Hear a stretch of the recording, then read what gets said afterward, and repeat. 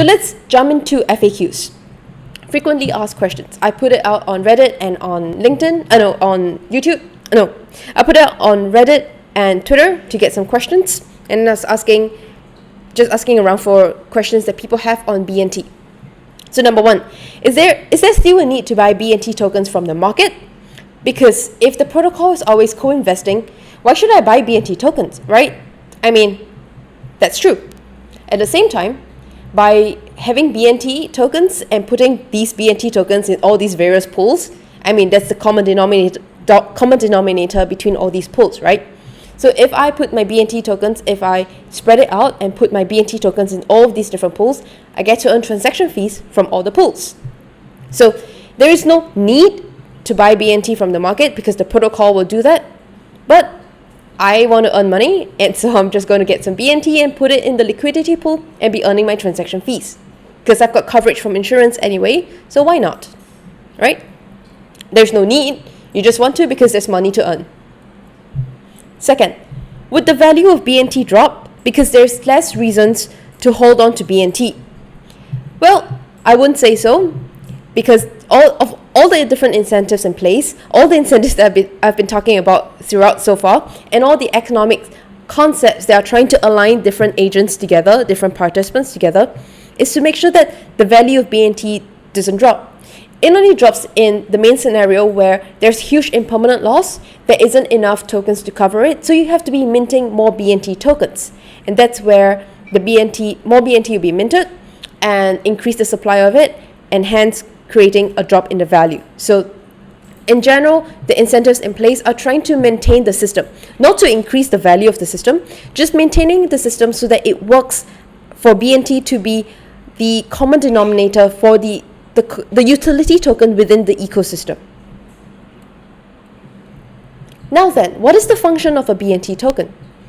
As I mentioned, the entire function is a utility token. Previously in Bancor version 1, it is a common denominator to be trading within these decentralized liquidity pools. Now, there's a new twist to it.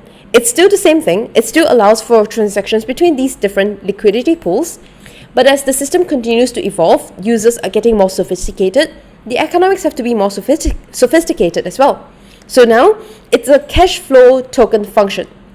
So, number one, it generates transaction fees because you own part of this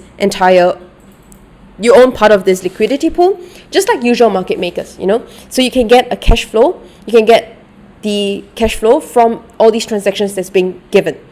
And then because of the co-investment thesis, because you are able to generate, the system, the protocol is able to generate revenue, and then the revenue will be burnt and be returned back to the system, not directly but indirectly via the very big picture, the macro environment or the macro economy of Bancor.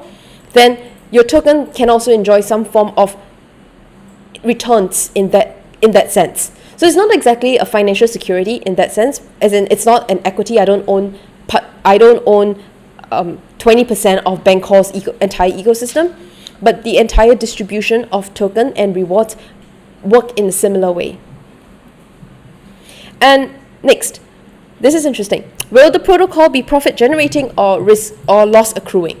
Well, it depends. So if you look at two different scenarios, so a good scenario is where the BNT fee income has a 40% linear yield, so it's annualized. So it's a pretty good scenario, healthy scenario.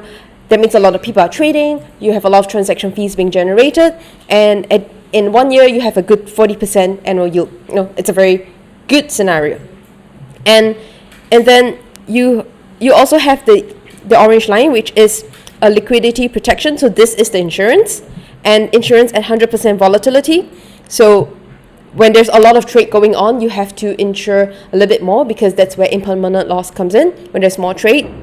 But when there's more trade, you also get more fees, right? So then if you look at that different graphs that's being drawn out, then you realize that there is a very nice sweet point of about 4 months. Yeah, about 4 months.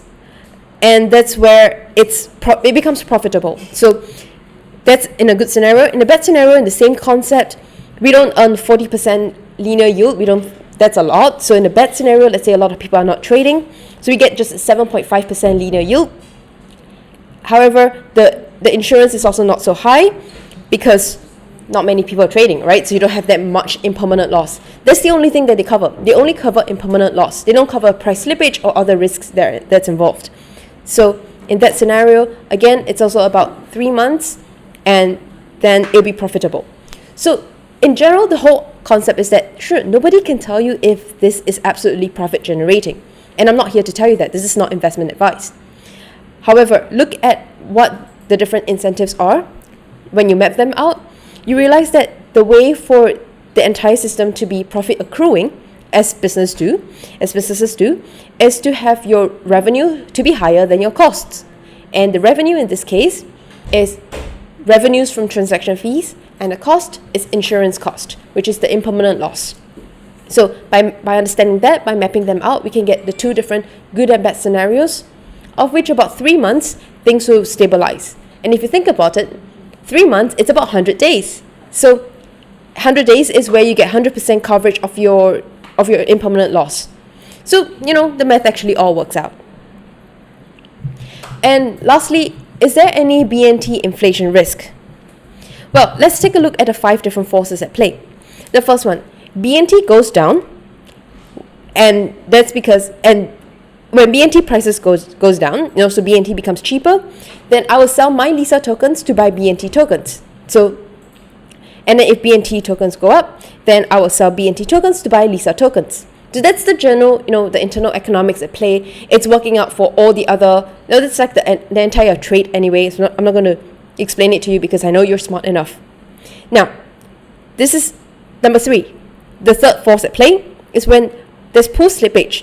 So when pool slippage goes down, because there's the liquidity pool has more depth, has more volume, as we talked about just now, then the fees earned goes up, because as a user, as a person who does exchange, then I definitely want to choose an exchange that has lower slippage, lower price slippage, and the transaction fees are the same anyway, so I have no loss in that sense.